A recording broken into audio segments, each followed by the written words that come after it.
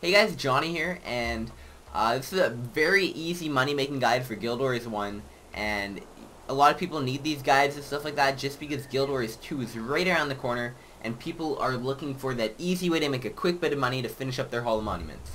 Now the Hall of Monuments, what it is you have to meet different requirements, get different pets, get different sets of armor, weapons, special armor, and stuff, just to get these points. And what these points do is they give you rewards and titles in Guild Wars 2 when Guild Wars 2 comes out. Now today is August 13th, so I'm not too sure when it'll be uploaded, but a lot of people are rushing a lot to get their Hall of Monuments done. Now these people getting it done may be new to the game, they might have bought it just to get these rewards, or they may be old players coming back with lots of money. Now hopefully, we want to hope that they're old players coming back, or even recent players with lots of money. Because we're going to kind of, I shouldn't say exploit, but we're going to be just making super easy money. Now as you can see here, I have what it looks to be is crafting materials for destroyer weapons. Now destroyer weapons, what they are is, they're a special weapon again, and they can go towards your Hall of Monuments to get you points for those titles and stuff. Now, we're going to be pretty much getting all the materials for them, and then we'll say wanting to sell destroyer weapon for whatever the price. So as you can see here, my prices that I buy everything for, we'll go to the material trader. Right now, diamonds are a bit on the high side at almost 10k, 9.5k, and then ONYX gemstones are at about 600. So we can sell. We can buy diamond for 7k. It's a bit on the, we're buying on the low side, on the very low side according to the trader, but I can usually get them for 7k pretty easily. Now the iron ingots are 290 gold per 10, and then granite is actually 650 per 10. Now granite is usually very expensive, and it was very expensive. It's about 15k or 16k per stack, I believe, but we'll be getting it a lot cheaper the way we're doing. I'll copy and paste. I had this copy and pasted, if you don't mind. As you can see, we're going to be buying granite. Every 10 granite that somebody sells us, we're going to buy it for 500 gold. So we're making, like, I'll bring up my calculator just to be exact. If you take 25 times 500, that means we're buying a stack of granite for pretty much 12.5k. So if you need money to, even for anything, you can just buy granite for 10 for 500.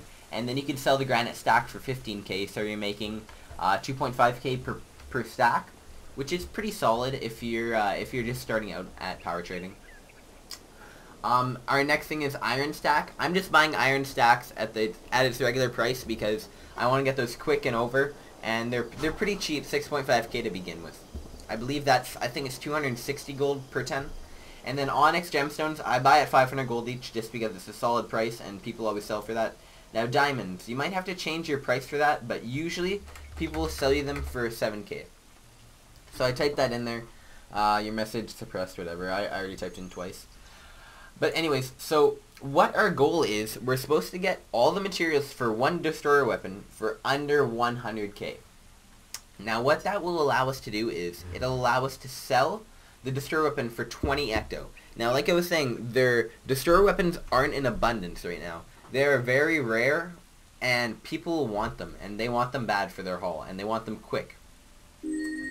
So as you can see, people are already messaging me. This guy's already got 2 diamonds and 1 ONYX, so I'll just copy and paste his name inside my party chat. But he's not, his party's too big. Take someone out of party. Anyways, so pretty much people, everybody usually sells you stuff.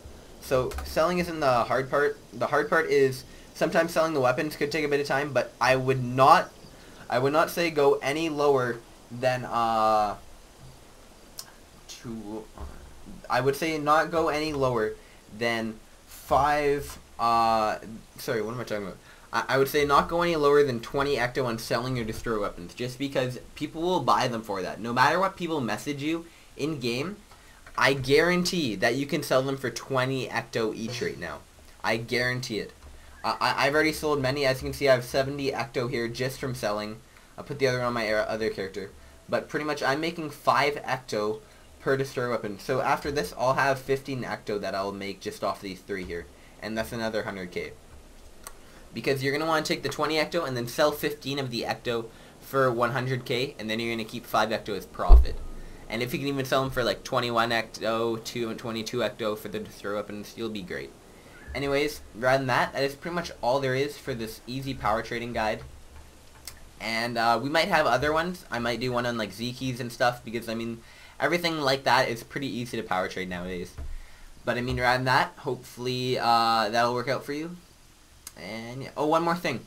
Don't, when you want to say, so if I were to start selling my destroyer weapon, so I'd go wanting to sell, and then also I put these, whatever they are, I'm not too sure how to say it, forget the name, but I say wanting to sell destroyer weapons, and I put those just to make it stand out a bit more.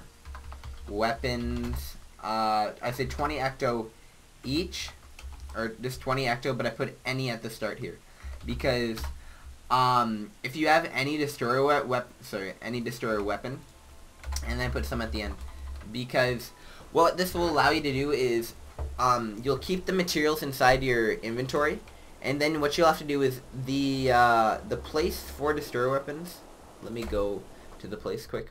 It's in Slavery's Exile. It's not like in anywhere. It's just at the entrance or whatever. So if we go all the way over here, it's the Slavery's Exile right here. All you need to do is run from Umbral Grotto and then go all the way down here.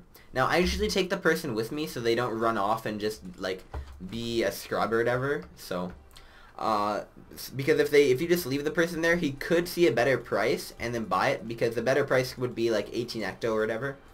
But I would definitely take the guy with you to make sure he's just not screwing with you or anything. So rather than that, hopefully that works out for you guys, and I might have a few more guides, but rather than that, later. Good luck, guys. See you in Guild Wars 2.